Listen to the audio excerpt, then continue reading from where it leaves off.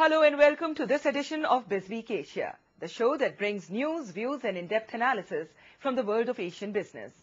I am Ghazala Amin, and the main stories for this week are: IMF World Bank meet in Singapore approves change in the voting powers of members. India's new oil exploration licensing bidding receives overwhelming response from energy giants. And a $1.2 billion fund for rejuvenating and replanting older tea estates. The just concluded annual International Monetary Fund and World Bank meeting in Singapore saw delegates vote on the contentious quota voting reforms that have divided the 184-member IMF. BizWeek Asia brings you this report.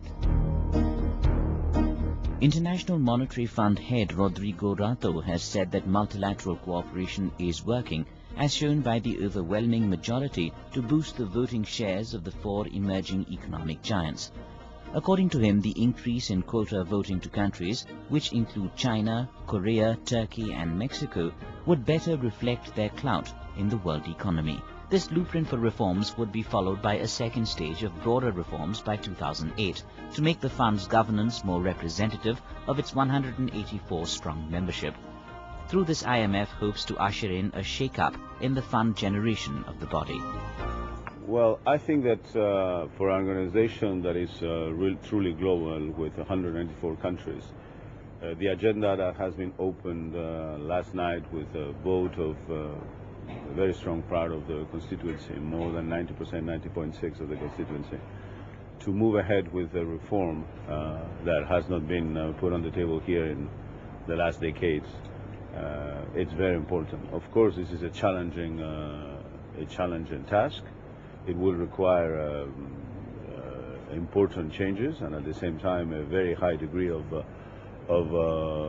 multilateral cooperation among countries. IMF quotas largely determine not only how much a country may borrow from the fund, but its share of votes in the institution. India, along with 22 other developing nations, had objected to the blueprint for an ad hoc two-stage increase in quotas and voting power for underrepresented countries, which together accounted for only 9.4% of the votes, despite having large countries like India, Brazil, Argentina and Egypt in the group. Each country is entitled to have its own views, but at the end of the day, as the vote of yesterday showed, we all need to move together forward. As you know very well, we're going to start working on the issue of the formula immediately, right away, and once we've been able to decide on that, it will be the time to look into a second ad hoc increase and into more than doubling basic vote.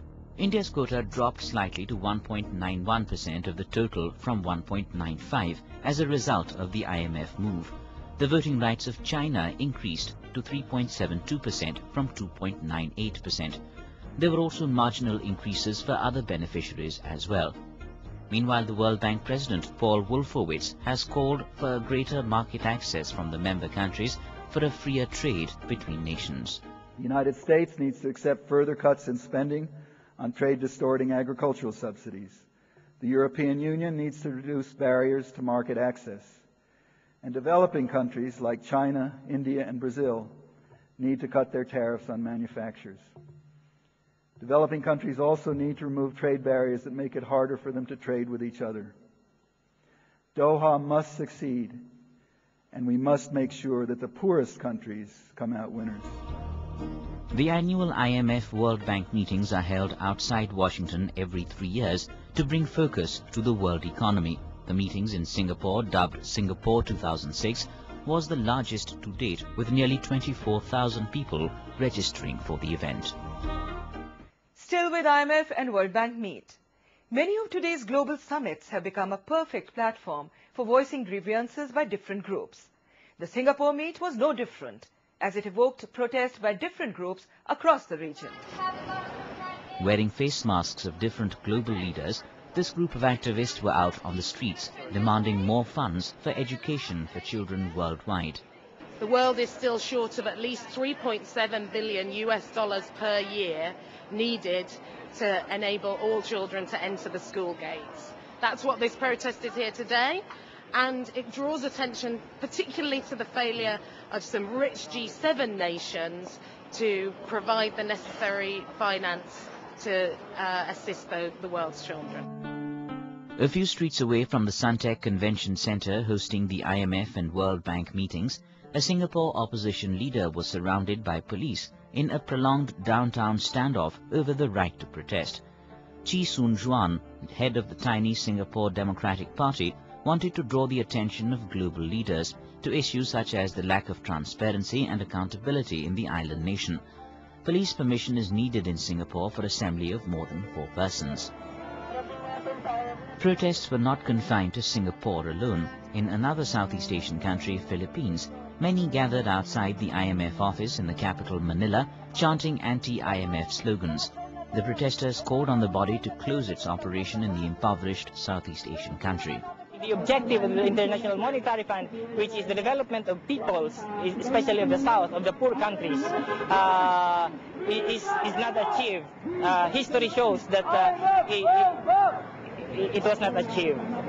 So here in the Philippines, we don't want the office or even the meddling of the affairs of the International Monetary Fund. The world over, the International Monetary Fund has its share of criticism. Critics believe that many of the conditions imposed by the international body have only worsened global poverty. There were also several anti-globalization protests, including Batam Island in Indonesia, located about 20 kilometers from Singapore. Coming up, India's new oil exploration licensing bidding receives overwhelming response from energy giants.